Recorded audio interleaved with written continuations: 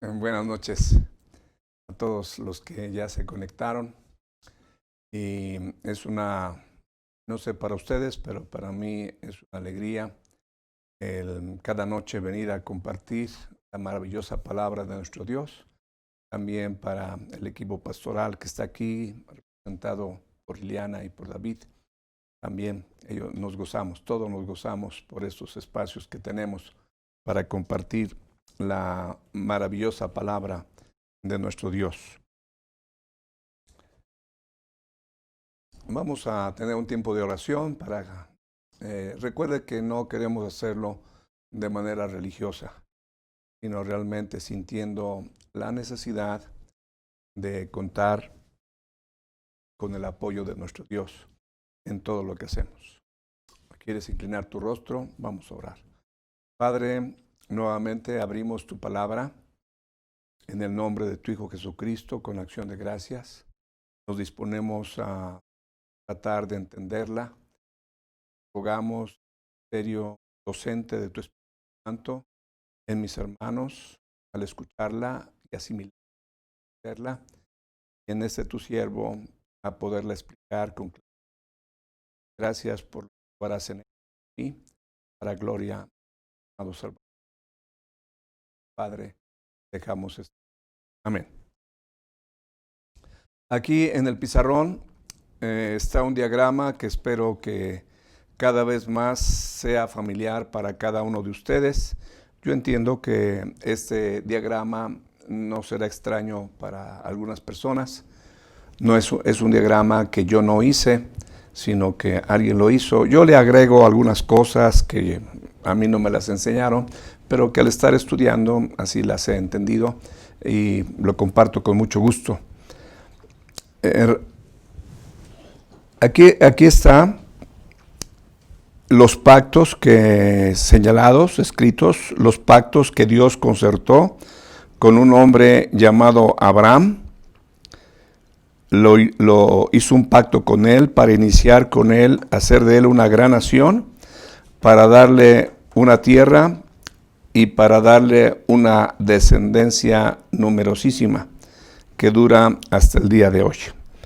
El pacto con David ya fue mucho tiempo después de Abraham y Dios le prometió al rey David, estando él en su reino, siendo rey de Israel, que de sus descendientes habría una persona que tendría un reino eterno. Y el Señor nuestro Dios al profeta Jeremías le comunica que hay un pacto nuevo que él quiere hacer con la nación, en donde el contenido del pacto es el perdón de pecados, el corazón nuevo y el Espíritu Santo. Ya no me dio espacio para escribirlo ahí, pero también está considerada la presencia del Espíritu Santo dentro de ese nuevo pacto. Para que esto pudiera llevarse a la realidad, para que pudiese cumplirse, tendría que venir nuestro Señor Jesucristo. Juan 1:14 dice: y aquel verbo fue hecho carne y habitó entre nosotros, y vimos su gloria, gloria como la del unigénito, lleno de gracia y de verdad. El apóstol Pablo escribe: venido el cumplimiento del tiempo, Dios envió a su Hijo, nacido de mujer, nacido bajo la ley. Cuando el Señor comienza su ministerio, dice: el tiempo se ha cumplido, el reino de Dios se ha acercado, arrepentíos y creed en el Evangelio. Entonces, estos 33 años, desde que el Señor nace, cuando llega a la muerte, cuando asciende a la diestra del Padre, todo su ministerio, sus enseñanzas, su vida ejemplar, todo, yo entiendo, hermanos, que es la parte central de la historia humana. Ciertamente ha habido muchos acontecimientos desde el inicio del ser humano, de que el Señor Jesucristo arrancó la historia cuando Él decidió hacer todas las cosas, y entre ellas la creación del hombre. Es Jesucristo el que arranca, más bien es Dios el Hijo, propiamente hablando, es Dios el Hijo quien arranca todas las cosas, el Verbo, el verbo, la palabra de Dios. Todas las cosas por Él fueron hechas y sin Él nada de lo que ha sido hecho fue hecho. En Él estaba la vida y la vida era la luz de los hombres. Entonces, estos 33 años recorrió muchos siglos la humanidad para llegar a estos 33 años. Estos 33 años dieron el fundamento para el cumplimiento final de estos 3 pactos en esta época. Aquí estamos proyectándonos hacia el futuro. Y les he dicho que es importante tener muy claro en nuestra mente que al principio de la humanidad, después de que los descendientes de Adán se comenzaron a multiplicar y los hombres a agrupar, se formaron naciones, y de una de las naciones Dios eligió a un hombre llamado Abraham, y a través de Abraham inició una nación que se llama Israel, y que entonces la humanidad se dividió en 2 partes, naciones e Israel. Cuando el Espíritu Santo desciende del cielo, se inicia la iglesia. Se inicia la iglesia en el aposento alto, cuando el Señor Jesucristo le dijo a sus discípulos que no se fueran de Jerusalén hasta que recibieran el poder de lo alto. Él les dijo: pero recibiréis poder cuando venga sobre vosotros el Espíritu Santo, y me seréis testigos en Jerusalén, en Judea, en Samaria y hasta lo último de la tierra. Lo que durante su ministerio terrenal restringió únicamente al pueblo judío, con algunas excepciones, ya después de su ascensión, el Señor abre la puerta y váyanse hasta el fin del mundo, prediquen el evangelio a toda criatura, hagan discípulos a todas las naciones. Entonces, porque la iglesia no participa por sí misma en ninguno de estos pactos. Dios no hizo ni ha hecho con la iglesia ningún pacto. No hay ningún pacto concertado con nosotros. La iglesia, que está formada con judíos y con gentiles que han creído en el Señor Jesucristo. Nosotros como iglesia somos favorecidos por este nuevo pacto. Cuando el Señor Jesucristo estaba por irse, tuvo en la cena con sus discípulos, al estar instituyendo lo que conocemos como la Santa Cena, la mesa del Señor. Ahí les dice, al tomar la copa, les dice: esta es la copa del nuevo pacto en mi sangre, que por muchos es derramada para remisión de los pecados. Entonces, eso tenía mucho sentido para los judíos, para sus discípulos. Sabían del nuevo pacto, lo conocían, lo habían leído en Jeremías. Y entonces, cuando el Señor Jesucristo determina que sus discípulos vayan a todas las naciones, entonces todas las naciones que creemos en Jesucristo nos favorecemos del contenido del nuevo pacto. Somos amparados por el nuevo pacto con toda la legitimidad. ¿Por qué? Porque es Jesucristo el que nos ampara bajo ese nuevo pacto. Y entonces le dice a sus discípulos: vayan, que la gente se arrepienta y que reciban por la fe que es en mí el perdón de pecados. Entonces, gracias a esas palabras maravillosas de nuestro Señor, es que tú y yo tenemos el privilegio enorme de gozar un lugar en la iglesia del Cordero. De eso hablé el día de ayer, la maravillosa esposa del Cordero. Y tú y yo formamos parte de esa maravillosa esposa. Esa maravillosa esposa está aquí escrita. Bueno, la iglesia en este tiempo, después del Espíritu Santo, cuando desciende el Espíritu Santo, hay 120 en el aposento, y entonces con esas personas se inicia la iglesia después de la predicación en el mismo Hechos capítulo 2. se convierten 3,000 personas y entonces a 120 ya son 3,120.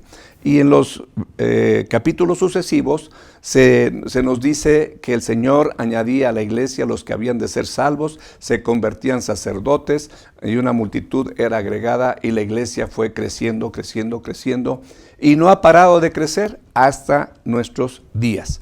Entonces, la primera persona, se me olvidó escribirle aquí, la primera persona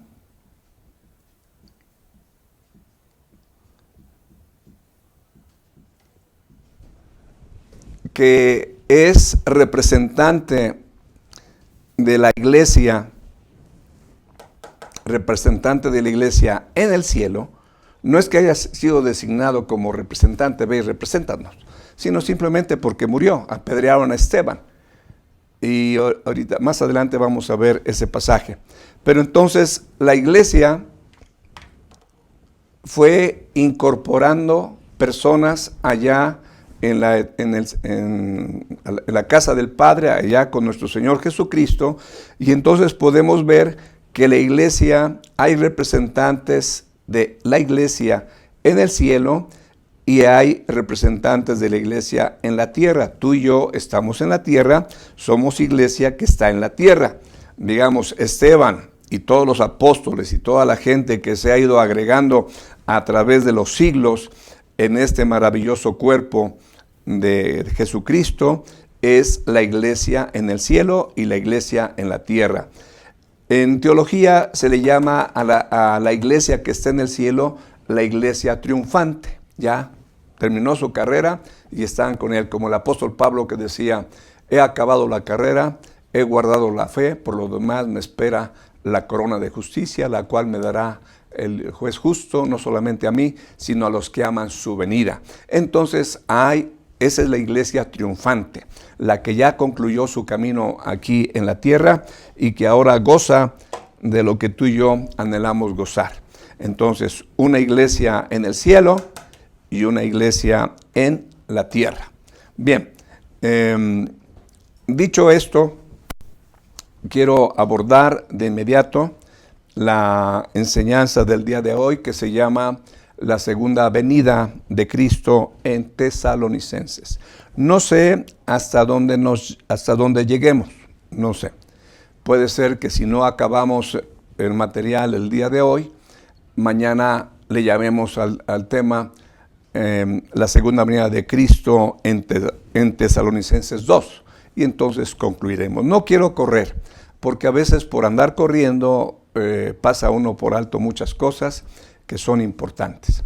Vamos entonces a abrir nuestras Biblias en la primera epístola a los Tesalonicenses. Primera epístola a los Tesalonicenses. Tesalónica fue una de las ciudades que el apóstol Pablo visitó en sus viajes misioneros. Y la primera epístola a los tesalonicenses y la segunda, según la gente que se encarga de estudiar estas cosas, creen que fueron los primeros escritos del Nuevo Testamento.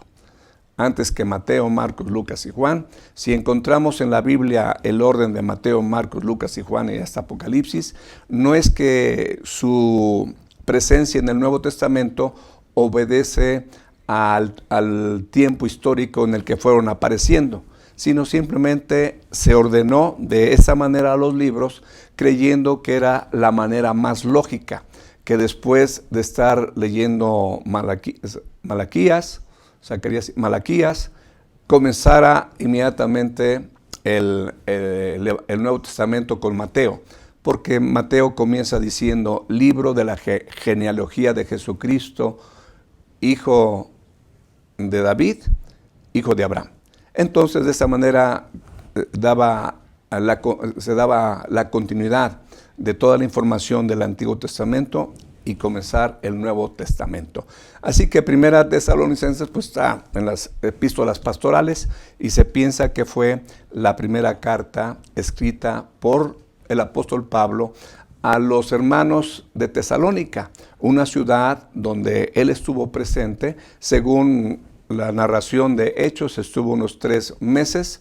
Era una ciudad pagana como todas las que visitó, pero bueno, él les escribe esta epístola. Y vea por favor lo que dice. Leo desde el versículo 1, ahí está lo que podríamos llamar en nuestros tiempos modernos el equipo pastoral. El equipo pastoral que está ministrando a los tesalonicenses, dice: Pablo, Silvano y Timoteo, a la iglesia de los tesalonicenses, en Dios Padre y en el Señor Jesucristo, gracia y paz sean a vosotros de Dios nuestro Padre y del Señor Jesucristo.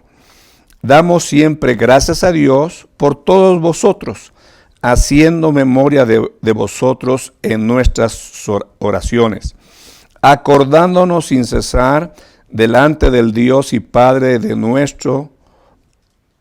acordándonos sin cesar delante del Dios y Padre nuestro, de la obra de vuestra fe, del trabajo de vuestro amor y de vuestra constancia en la esperanza en nuestro Señor Jesucristo.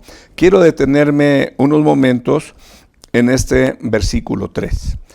Estas 3 palabras que se mencionan, fe, amor y esperanza, usted las recuerda haber leído ahí en 1 Corintios 13, y ahora permanecen el amor, la fe y la esperanza. El mayor de estos es el amor. Así que la fe, el amor y la esperanza deben ser parte integrante del corazón de cada uno de los que somos hijos de nuestro Dios. Y entonces vemos que la fe obra, el amor trabaja y la esperanza es constante. Cuando dice aquí la palabra obra, está dando a entender que la fe que es auténtica siempre está en acción, siempre está obrando.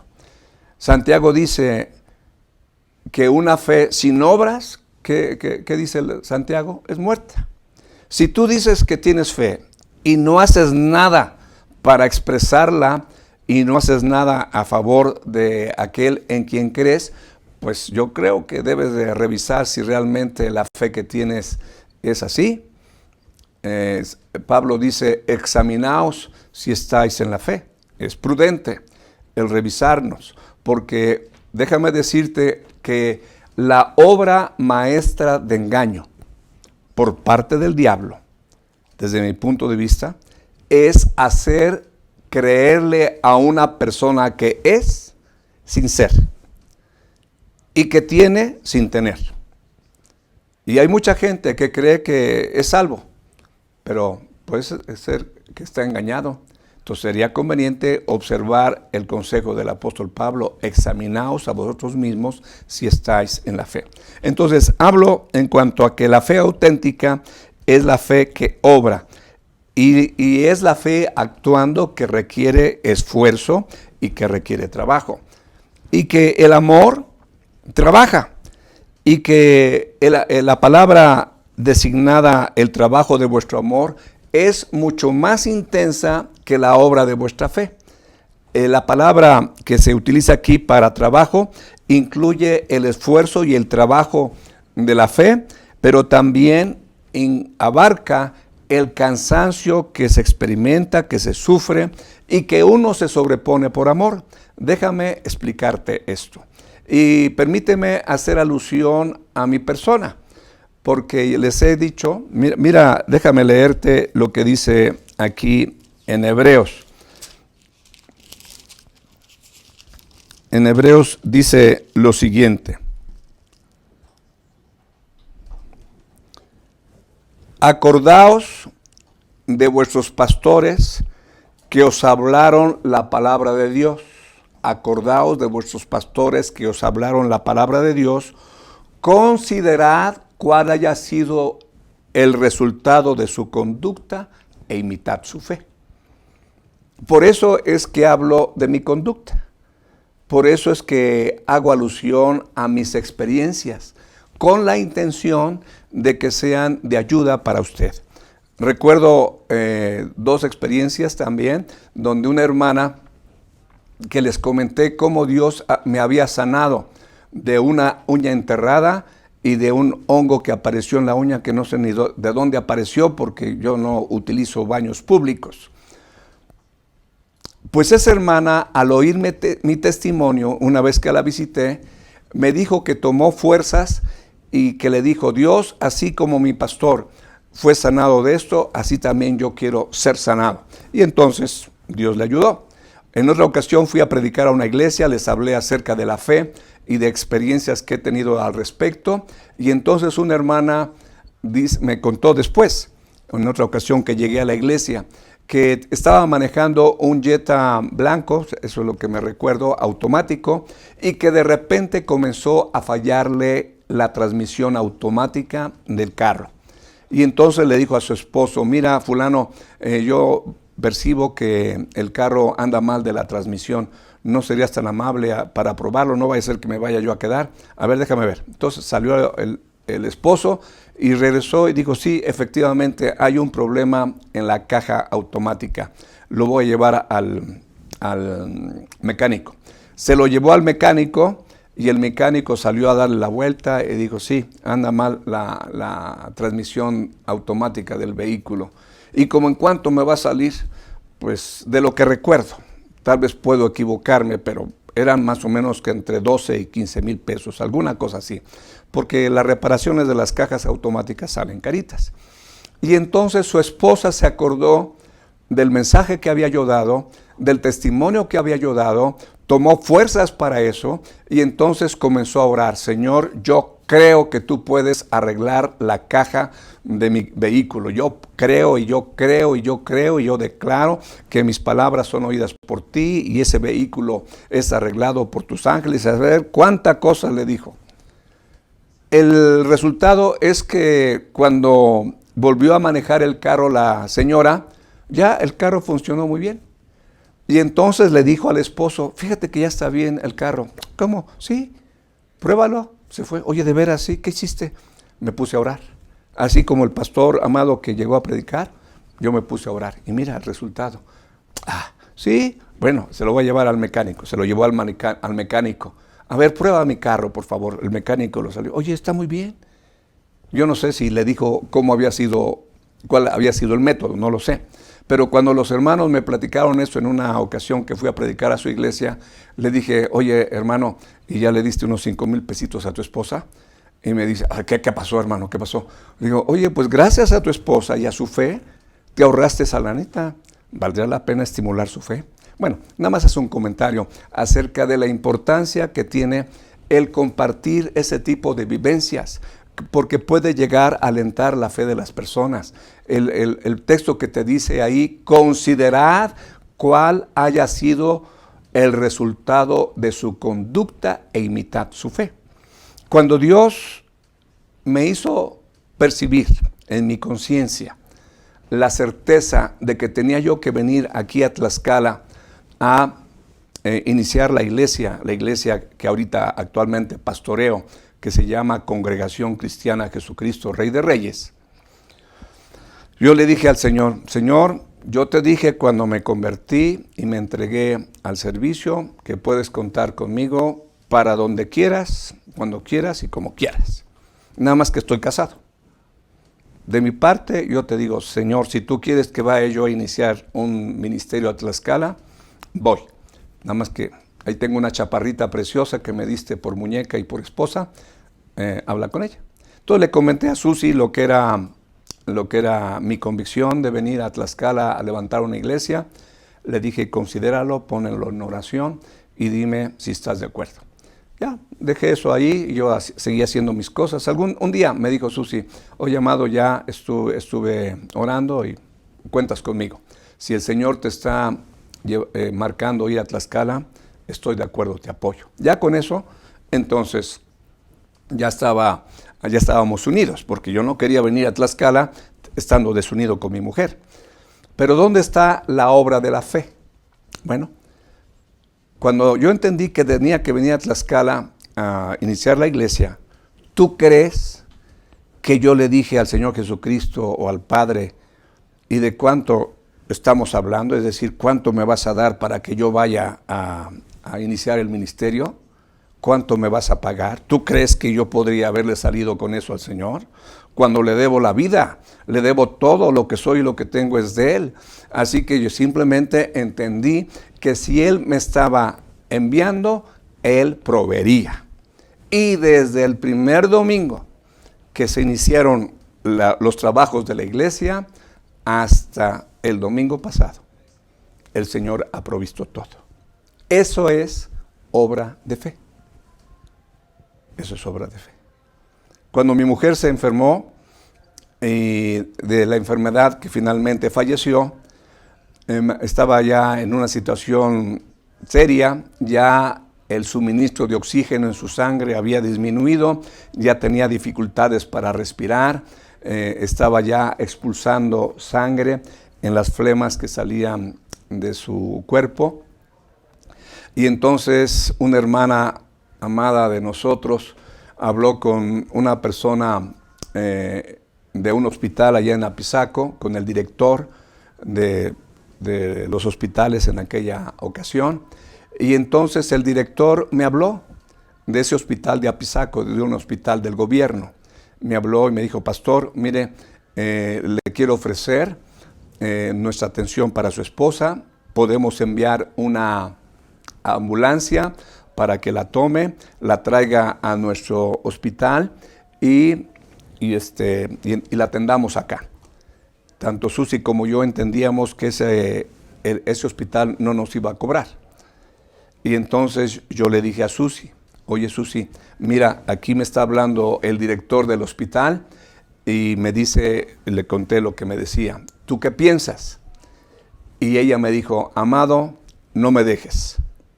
Eso entendí. Yo entendí que entonces ella no quería ir a ese hospital del gobierno.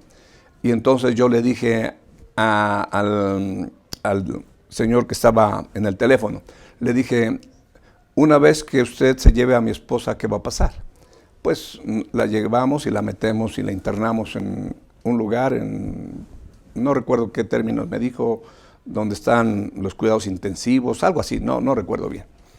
Y le dije: ¿sabe qué? Me gustaría estar al lado de mi esposa. Entonces yo le agradezco y la voy a internar en un hospital particular. Y ya colgué. Y entonces Susi me preguntó: oye, Amado, ¿y el dinero de dónde va a salir? En ese momento únicamente tenía 1,000 pesos en el banco. Tú puedes tal vez pensar: ¿cómo? Después de 30 y tantos años de servicio a Dios, que nada más tengas 1,000 pesos en el banco. Pues no es negocio servir al Señor. Bueno, déjame decirte que yo no estoy en el ministerio por dinero. Y no es que Dios no me haya provisto, me ha provisto mucho. Nada más que me ponga a orar. Y entonces me dice el Señor, a través de mi conciencia: llévale a fulano tal cantidad y escríbele una cartita. Y llévale a fulano, y así me baja el dinero. Entonces sí me ha dado, nada más que me lo baja. ¿Por qué? Porque quiere que yo confíe en Él. Y entonces yo le dije a Susi: Dios es mi Padre y Él proveerá. Y nos fuimos, porque al lugar donde le iba yo a llevar eran como 20,000 pesos cada diarios en ese hospital. Si nada más tenía 1,000 pesos, pues ¿de dónde voy a sacar todo? Esa es la obra de la fe. Esa es la obra de la fe. Y yo espero que tú, que has creído en Jesucristo, también tu fe tenga obras, tenga evidencias de que realmente tu fe no es muerta, que tienes evidencias de que ejerces tu fe. Y en cuanto al amor, que les dije, que incluye esfuerzo y trabajo y cansancio, pues es diferente. Por ejemplo, una vez fui a Puebla, me conectó una hermana de mi iglesia con un matrimonio allá en Puebla que estaba pasando cosas muy difíciles. Nos conectamos en la ciudad de Puebla y estuve con ellos 6 horas. 6 horas. Entre David, Ileana y yo usamos un término como referencia. No, con esta familia me aventé una celebración, Porque la celebración en nuestra iglesia dura 3 horas. Iniciamos la celebración a las 11 y termina como a las 2 en el mejor de los casos. Normalmente se sigue un poquito más. Entonces, esa es una broma que hacemos entre nosotros al estar atendiendo a las personas. Porque sí, en esa ocasión me llevé 6 horas platicando con un matrimonio que ni es de mi iglesia. Ese es el trabajo de amor. El trabajo que se sobrepone al cansancio, al esfuerzo, al trabajo. Bien, entonces, la tercera palabra es esperanza. Y la palabra esperanza está calificada por la palabra constancia. La esperanza, la constancia de vuestra esperanza. Y la palabra constancia habla de una posición tocante al futuro que no es pasiva, sino que es activa. No es como la paciencia de aquel que está en un consultorio y que por eso les llaman pacientes. ¿Por qué le llaman pacientes? Porque tienen que tener paciencia para poder esperar que el médico se desocupe y los pueda atender.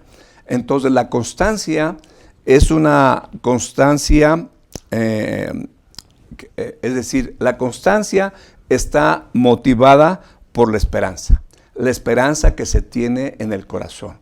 Pero esa esperanza, aunque es constante, no es pasiva, se mantiene activa en lo que tiene que ver con su esperanza. Esa esperanza se comparte, esa esperanza se esparce.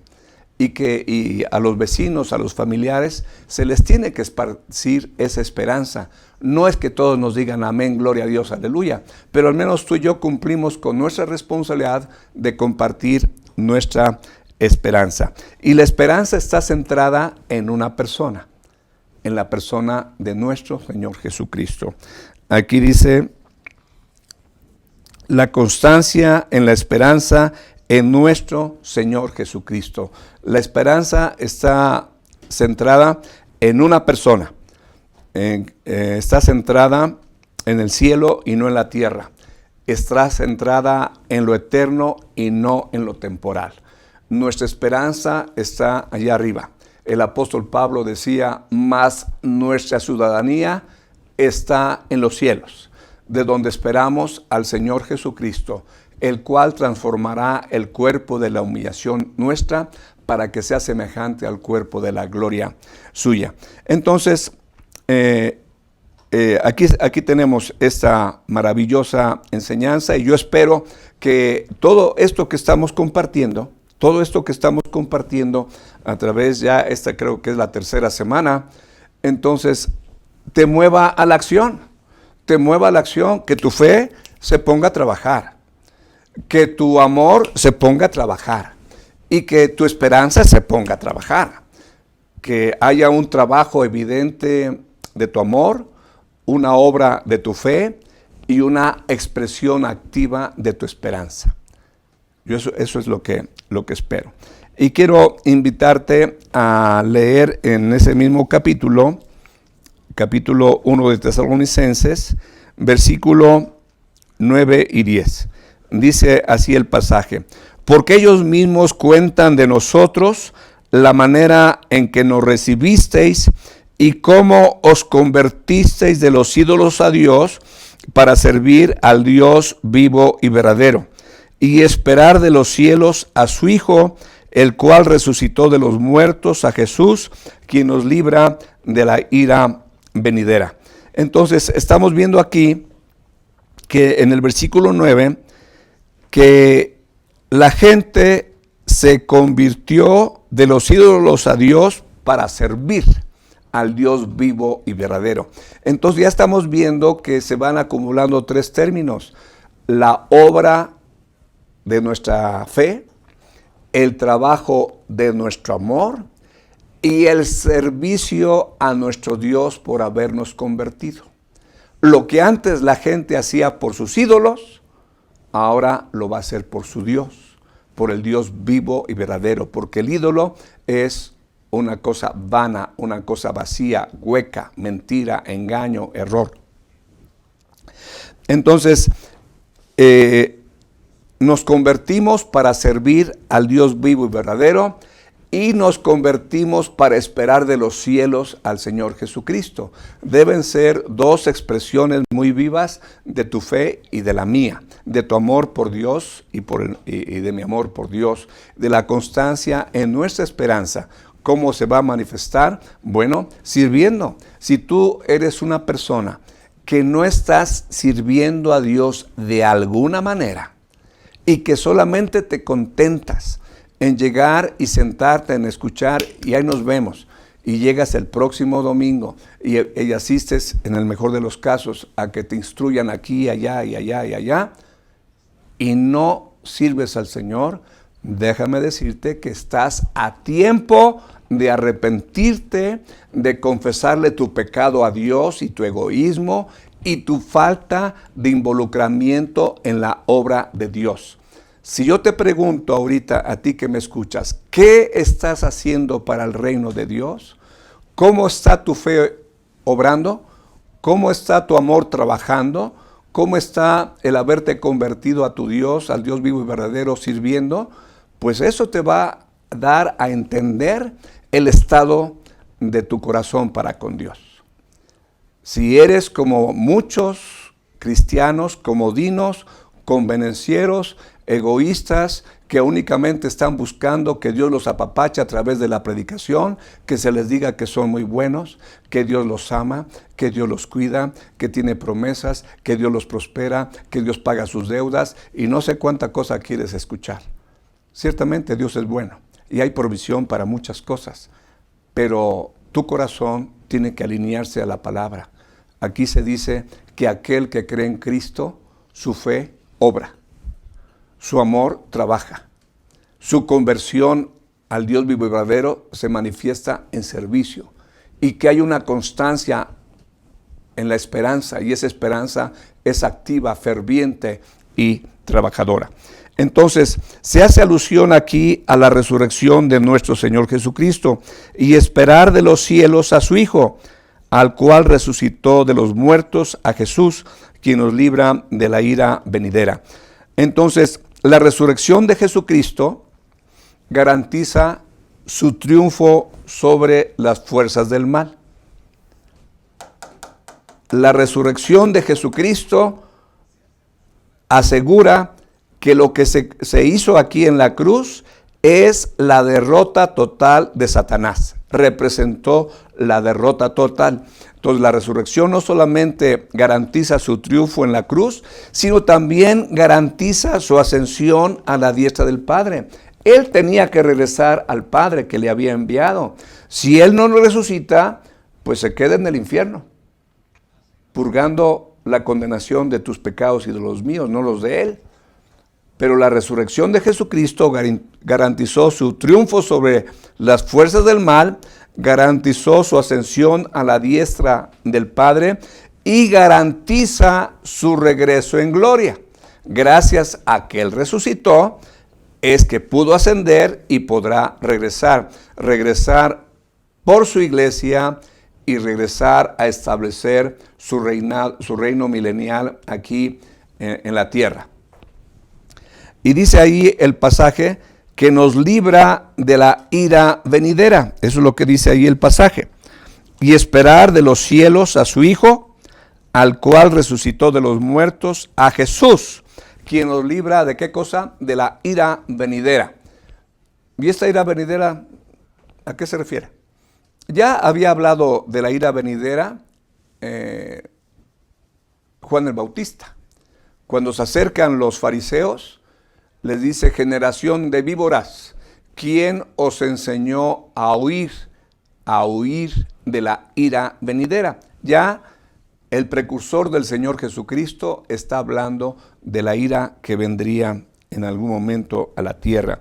Miren lo que dice en 1 Tesalonicenses, capítulo 5, versículo 8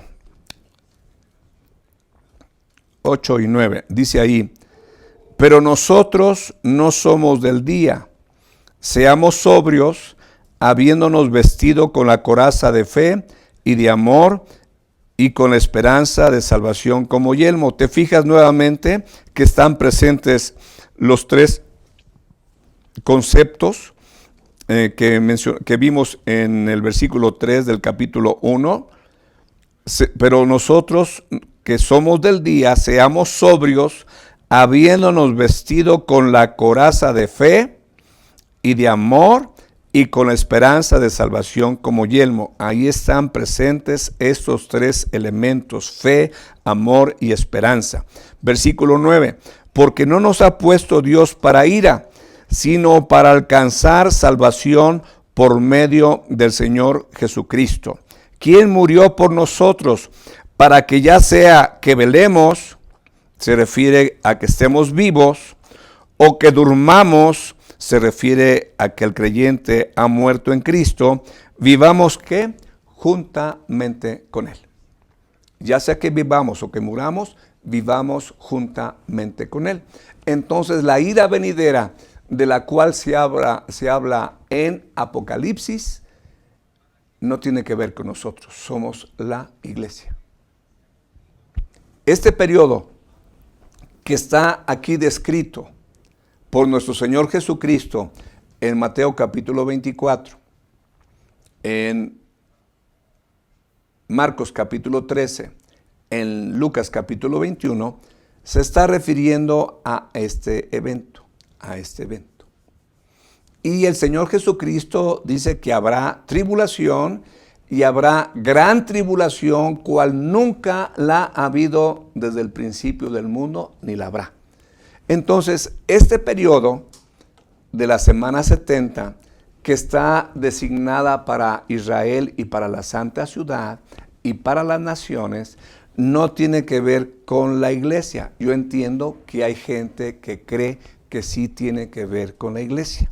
Entiendo que hay gente que cree que la iglesia pasa por la tribulación. Eso es decisión de las personas que quieren creerlo así.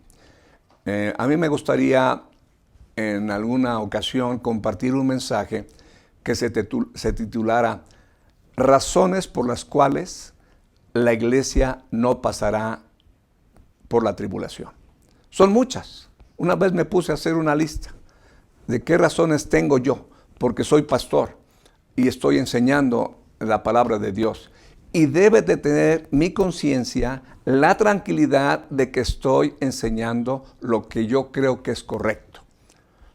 No estoy diciendo que lo que yo digo todos tienen que decir amén, gloria a Dios, aleluya.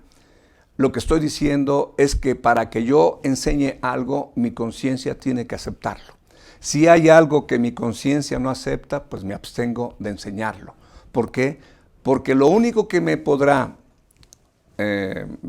amparar ante mi Señor Jesucristo cuando esté en el tribunal y me diga, amado, ¿por qué enseñaste eso? ¿Por qué aconsejaste eso? ¿Por qué predicaste eso?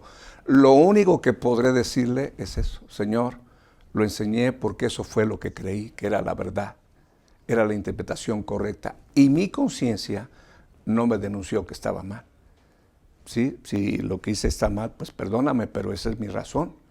Entonces, te comparto esto porque me gustaría en algún tiempo hablar acerca de las razones por las cuales se puede pensar que la iglesia no pasa por la gran tribulación, a diferencia de gente que cree que el rapto se lleva a cabo a la mitad de la tribulación, o de las personas que creen que el rapto es simultáneo. Por aquí viene Cristo para reinar y por aquí viene Cristo y se lleva a la iglesia. Si así lo quieren ver, cada quien es responsable de lo que cree y de lo que enseña. Yo, como su pastor, a la iglesia que pastoreo, pues esto es lo que les enseño. Y a los hermanos y hermanas que tan amablemente nos acompañan, yo espero que lo que estoy diciendo en ninguna forma cause confusión. En ninguna forma. Pero déjame decirte algo que es importante aclarar. Tu lealtad no es con una doctrina. Tu lealtad es con Jesucristo. Tu lealtad debe ser con la palabra. Te voy a contar una historia rápida, porque ya se me está yendo el tiempo. Fíjate que cuando yo me convertí a Cristo, la pastora donde yo asistía me regaló una Biblia y un Nuevo Testamento. Y me los estuve leí. Y entonces me metí a estudiar la Biblia allá en Puebla. Y entonces yo tuve la fe de decirle a Dios, Dios, yo quiero ir a Tierra Santa. Nada más que no tengo dinero. En este viaje que está patrocinando el seminario donde yo estudiaba, pues me gustaría ir y conocer la tierra donde tu Hijo Jesucristo anduvo. Pero ¿sabes qué? Nada más tengo 20 centavos, se los mostré. Si tú pones el resto, yo voy. ¿Y sabes qué hizo? Puso el resto y entonces me fui. A 1 año y medio de convertido. Me fui a conocer 5 países allá. España, Grecia, Francia, Italia e Israel. Y entonces una vez se me ocurrió tontamente, preguntarle a un maestro, le dije, fíjese, profesor, que tengo un problema de salud, y ya le dije que era mi problema. ¿Cree usted que si yo oro a Dios, Él me sane? No, fulano, no, amado, eso ya no. Ya Dios no sana, ya ahora está la medicina, están los doctores, los hospitales, ya Dios no sana. Y ese comentario, eso que me dijo un maestro a quien yo respetaba, cortó mi fe. Y entonces por años, no creí que Dios sanara. En una ocasión se cayó un muchacho en la iglesia donde yo pastoreaba, se cayó de cabeza. Yo lo vi cómo cayó de cabeza en la tierra. Y entonces lo fuimos a levantar y estaba todo atarantado. Pues imagínate, una caída como de, ¿qué te diré? Pues yo creo que serían como de 3 metros, me imagino. Entre 2.20 y 3 metros, yo creo que ha de haber sido la caída. Entonces lo tomé, lo metí en mi carro y me lo llevé a la casa de él, porque como era menor de edad, pues primero se lo llevo a sus papás y ya que ellos digan. Cuando llegué a la casa de donde él vivía, estaba ahí su papá, gracias a Dios que estaba su papá. Y entonces le dije lo que pasó y este muchacho iba así caminando con dificultad, agarrándose el cuello, porque pues el trancazo había sido sobre sus cuerdas cervicales. Y lo que me dijo el hermano, no se preocupe, hermano, acuéstate. Sacó su botellita que tenía de aceite, oró por él y ya le cerró y oró por su sanidad. Y entonces sentó y dice, vengas, hermano. Y entonces ahí estuvimos platicando y como los 10 minutos, de repente veo a este muchacho caminando, se llama Habacuc, caminando, como si nada. Él salió, regresó, y yo asombrado. Y dije, pues tendré mucha teología en mi cabeza, tendré mucho conocimiento de la Biblia, pero no tengo esa fe. Ese comentario de ese hermano, yo entiendo que no fue malintencionado, simplemente que estaba desubicado en cuanto a la interpretación correcta de la Biblia. Como a él le habían enseñado que ya Dios no operaba en los milagros y que eso había pasado y estaba relegado para el primer siglo, la teoría cesacionista de los dones y de la obra del Espíritu Santo, entonces a mí me la transmitió y yo perdí todos esos años de esa valiosa enseñanza que está en el Nuevo Testamento, de que la sanidad es para el día de hoy. Yo lo he experimentado en mi propio cuerpo, lo he visto en el cuerpo de mi hija, en el cuerpo de mi nieto, en el cuerpo de mi yerno, en el cuerpo de mi esposa y en muchos hermanos que han sido ministrados por nosotros, por la iglesia donde estoy pastoreando, tal vez no por mí mismo orando por los enfermos, porque les he enseñado a los hermanos a orar por los enfermos y ellos hacen la obra juntamente conmigo. Entonces yo te estoy dando esta ilustración porque soy maestro de la palabra Y quiero decirte que nuestra lealtad es a Jesucristo y a su palabra. Hermanos míos en Cristo se han acercado para tratarme de hacer entender que estoy equivocado. Bueno, eso ocurrió hace ya algunos años. Y yo les dije a ellos, los que están equivocados son ustedes. Porque no dejan que la Biblia diga lo que tiene que decir. En ningún pasaje de la Biblia se dice que la obra del Espíritu Santo y el ejercicio de los dones espirituales ha cesado. La interpretación que ustedes le dan a 1 Corintios 13:8 es una interpretación que no se sustenta. No se sustenta. Le están dando una jalada de cabellos al texto para que diga lo que no tiene que decir, lo que no dice. Entonces, te comparto esto, hermano. Te comparto porque esto, si tú no distingues la diferencia entre Israel y las naciones, entre Israel y la iglesia, habrá confusión. Habrá confusión en tu acercamiento. En tu acercamiento, como cuando leímos en Mateo capítulo 24 y lo estudiamos. Son dos programas diferentes. A la iglesia la ganó Cristo con su propia sangre. El Padre le dio personas que iban a formar parte de la iglesia. El Señor, el Padre le dijo, aquí están, bueno, yo supongo que le dijo, estos seres humanos son tuyos. Y entonces estamos anotados en el libro del Cordero. Ese libro del Cordero yo entiendo que le pertenece a la iglesia. El libro de la vida abarca a la humanidad. Bueno, ya debo de ir terminando. Como tú viste, no avanzamos mucho.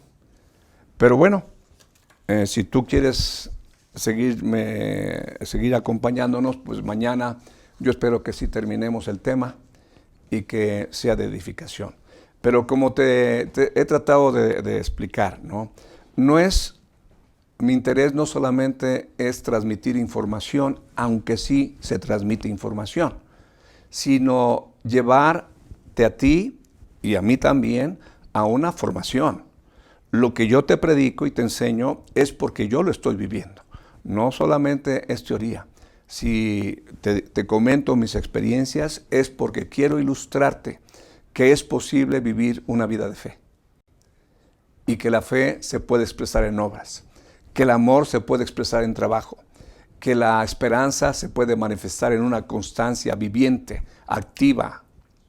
Y que nuestra conversión a nuestro Dios debe de guiarnos a un servicio. Entonces yo espero que esta enseñanza traiga edificación a tu vida. Me gustaría tomar un tiempo para hacer una oración por si acaso hubiera alguna persona que no conoce a Cristo y que no se ha entregado. En la cruz del Calvario, el Señor Jesucristo llegó. Y el Señor, nuestro Dios, el Padre, cargó en Él el pecado de todos nosotros. Todos nosotros nos descarriamos como ovejas. Cada cual se apartó por su camino. Mas Jehová, el Señor, nuestro Dios, Dios el Padre, cargó en Jesucristo el pecado de todos nosotros. Y esa sangre vertida en la cruz, que fue absorbida por la tierra, esa sangre maravillosa está tan vigente como si hubiese sido derramada el día de ayer. Y esa sangre maravillosa te puede reconciliar con el Padre, puede perdonar tus pecados. Jesús perdona con la sangre, no es que la sangre te perdone, sino que Jesucristo, debido a su sangre derramada, te perdona los pecados, te lava de tus pecados, te limpia de tu maldad, te justifica ante el Padre, te santifica, te redime, te rescata de una vana manera de vivir, te permite entrar en acceso al Padre a través de la sangre del Señor y te permite vencer al diablo. Te permite vencer al diablo. Yo he visto cómo el uso de la sangre de Jesucristo vence al diablo, libera a las personas cautivas. Así que si hay alguien que en esta hora el mensaje que compartí, tu corazón fue tocado y entiendes que necesitas de un Salvador, porque tú no tienes ni la fe, ni el amor, ni la esperanza de la que hemos hablado, posiblemente. Entonces, aquí está la provisión para todo aquel que quiera creer. Y si tú quieres creer en esta hora, en esta noche, y quieres expresarle al Señor tu arrepentimiento por tus pecados, quieres expresarle tu fe en Jesucristo, quieres manifestar que crees en Jesucristo, en su muerte y en su resurrección, y que Él está a la diestra del Padre y que algún día vendrá, como has escuchado, que estamos hablando de la segunda venida de nuestro Señor Jesucristo. Si tú tienes ese deseo, déjame guiarte en una oración. Inclina tu rostro y dile al Señor: querido Dios, díselo así en voz alta: querido Dios, en esta noche reconozco que soy pecador. Reconozco que he hecho lo malo. Reconozco que lo he hecho a veces por ignorancia, otras veces por presión y otras veces por mi gusto. Quiero pedirte perdón y me arrepiento de eso malo que yo hice, porque entiendo que un inocente, el Señor Jesucristo, sufrió por mi pecado. Perdóname, Dios. Y a ti, Señor Jesucristo, yo quiero pedirte perdón. Y quiero agradecerte que hayas muerto por mí. Y que tu sangre la uses en esta hora para perdonar mis pecados, para lavarme de mis pecados, limpiarme de mi maldad, reconciliarme con el Padre y justificarme ante Él. Señor Jesús, ven a mi corazón, perdona mis pecados, limpia mi maldad y dame vida eterna. Señor Jesús, entra en mi corazón. Impárteme tu paz, impárteme tu gozo, impárteme tu verdad. Lléname con el Espíritu Santo. Séllame con Él para ser tuyo eternamente.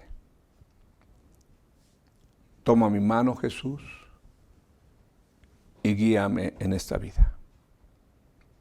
En el nombre de Jesús. Amén. Si acaso tú hiciste esta oración y no tienes a nadie que te apoye en tu crecimiento, aquí en esta transmisión está la página de nuestra iglesia, www.ccjesucristoReyDeReyes.org. Escríbenos si eres tan amable y con mucho gusto recibiremos tu notificación y daremos los pasos necesarios para ayudarte en esta decisión que has tomado. Nos gustaría hacerlo. No sabes cuán alegre nos pondríamos de saber que alguien, escuchando este mensaje, llegó a esta decisión de entregarle su vida a Jesucristo. Hermanos queridos, muchas gracias por acompañarnos, gracias por conectarse. Espero que no hayan quedado defraudados en cuanto al tema, pero ya les digo, el día de mañana, Dios mediante, continuamos con el mensaje y lo concluiremos con el favor del Señor. Dios les bendiga, buenas noches y gracias nuevamente por acompañarnos.